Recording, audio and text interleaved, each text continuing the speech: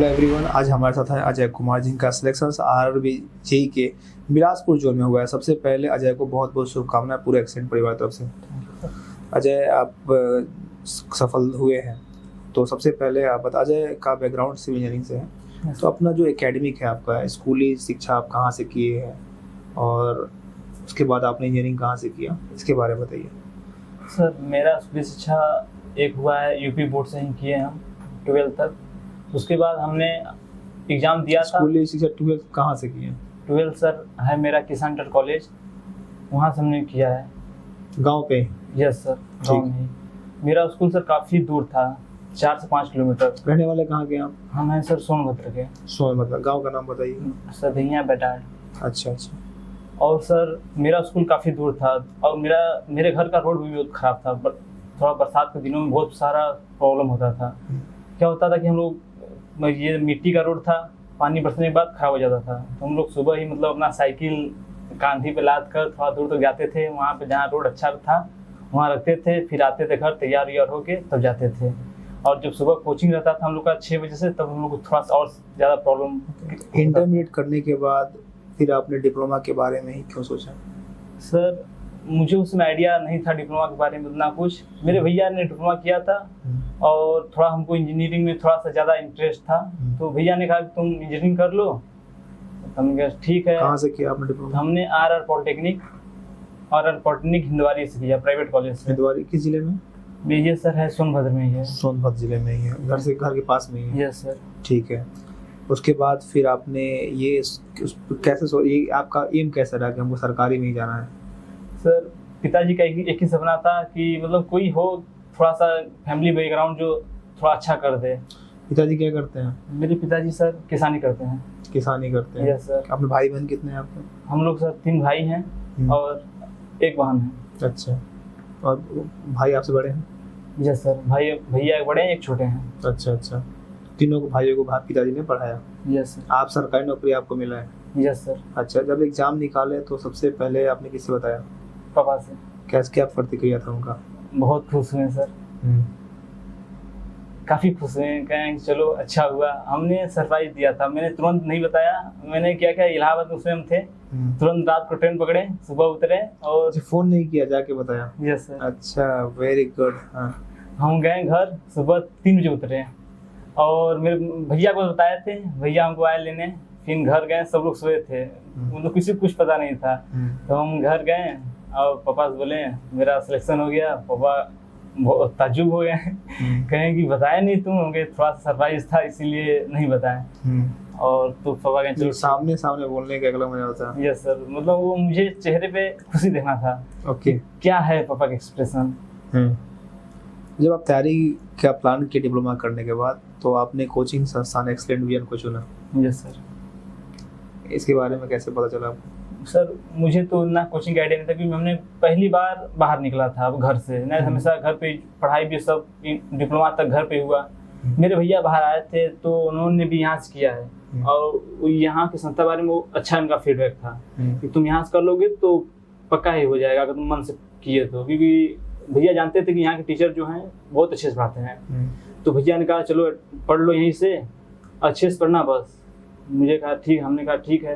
क्योंकि मेरा पहले प्लान था, जब मेरा डिप्लोमा कंप्लीट हुआ, दोस्त जा रहे थे जॉब करने, मेरा था कि हम ही जॉब करेंगे। भैया कहे नहीं, तुम 1 साल पढ़ लो, 1 साल के बाद तुम्हारा जो जी में आए तो करना।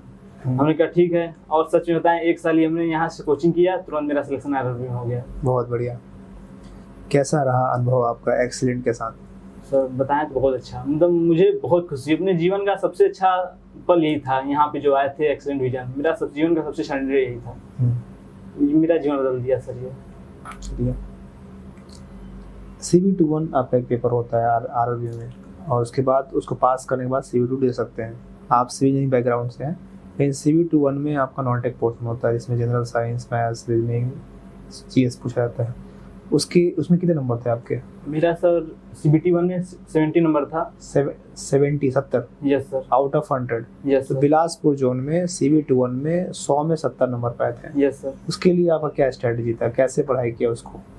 उस समय सर मेरा क्लास भी चलता था, तो सुबह 1 घंटे निकाल पाते थे और शाम को 2 घंटे मतलब रात को 11 से 1 बजे तक मैथ खेल निकाल पाते थे। मेरे पास ज़्यादा टाइम नहीं था, फिर भी मतलब अपना जो अदर्स वर्क था, घूमना फिरना, उसको कम करके हमने अपना पूरा स्ट्रेटजी पढ़ाई में दे दिया। तो CBT निकालने के बाद CBT दिए थे आप, उसमें मार्क्स कितने थे? CBT 2 में सर मेरा 103.5 था। 150 में आउट ऑफ 150? Yes sir. उसमें 100 टेक्निकल है, 50 नॉन टेक है सर। तो उसमें कैसा रहा, आप उसमें उसका तैयारी कैसे किया आपने? उसमें क्या था सर, मेरा तब तक कोचिंग खत्म हो चुका था। अब मेरे पास भरपूर टाइम था, तो हम क्या करते थे, सुबह 6 बजे उठते थे, मतलब 5 बजे अपना जो भी वर्क होता था करते थे, फिर 6 बजे से लाइब्रेरी ज्वाइन कर लेते थे और सुबह मतलब जाते थे और वहाँ से 12:30 बजे आते थे रूम पे, फिर खाना बनाते थे और उसका खा पी के मेरा टारगेट था हमको 2 बजे तक खाली हो जाना है। आप क्लासरूम के स्टूडेंट्स हो, क्लासरूम पढ़ने के साथ साथ तैयारी, आप एग्जाम निकालना एक बहुत बड़ा अचीवमेंट्स है, और जैसे आपसे बात कर लग रहा है कि टाइम मैनेजमेंट का बड़ा ख्याल रखा। Yes sir. तो डिसिप्लिन बहुत जरूरी है तैयारी करने के लिए। आपको क्या ऐसा लगता है, आपकी बहुत क्लास, आप बैच कंप्लीट करते हैं, आपने एग्जाम निकाल लिया। Yes sir. जो भी बच्चे कोचिंग कर रहे हैं, अभी क्लास कर रहे हैं, उनका एक समस्या होता है कि टाइम मैनेजमेंट नहीं हो पा रहा है। Yes sir. इसको लेकर आप क्या कहना चाहते हैं उन बच्चों को? पहले तो उनको खुद से मतलब डेडिकेट होना चाहिए कि हमको ये करना है तो करना है। बाकी अदर्स काम को अगर छोड़ के अगर अपना टाइम में मतलब अपना टाइम पढ़ाई में स्पेंड करेंगे तो उनके लिए अच्छा होगा। क्योंकि सर उसमें थोड़ा सा प्रॉब्लम तो होता है, हमको प्रॉब्लम हुआ था जितना, जब भी हम समस्या में आते थे, घर फोन करते थे, घर पे थोड़ा बात करते थे, मुझे रिलैक्स मिलता था, मतलब थोड़ा सा कॉन्फिडेंस ज़्यादा आता था। नहीं तो हम भी सर बहुत लो फील कर रहे थे। अच्छे आरबी के जेई में बीटेक के बच्चे एग्जाम दिए थे? Yes sir. आप डिप्लोमा होल्डर हो? Yes sir. तो मन में ऐसा कभी कुंठा आता था कि बीटेक वाले भी दे रहे हैं, डिप्लोमा में हूँ मैं? यस सर, ये तो बहुत बड़ा प्रॉब्लम था, लेकिन मुझे बस ये था कि मुझे निकालना है चाहे कोई भी सामने आ जाए। ये नहीं था कि नहीं बीटेक वाले हैं तो आदर्श वे हैं तो हमको उनसे डरना नहीं था। क्योंकि मुझे पता है कि अगर जितना वो पढ़ रहे हैं उनसे अगर हम 1 घंटे ज़्यादा पढ़ेंगे तो मेरा अवश्य हो जाएगा। जो भी बच्चे डिप्लोमा कर रहे हैं आज, यस सर, या कर चुके हैं और वो गवर्नमेंट जॉब की तैयारी करना चाहते हैं, उनके लिए आप क्या कहना चाहेंगे?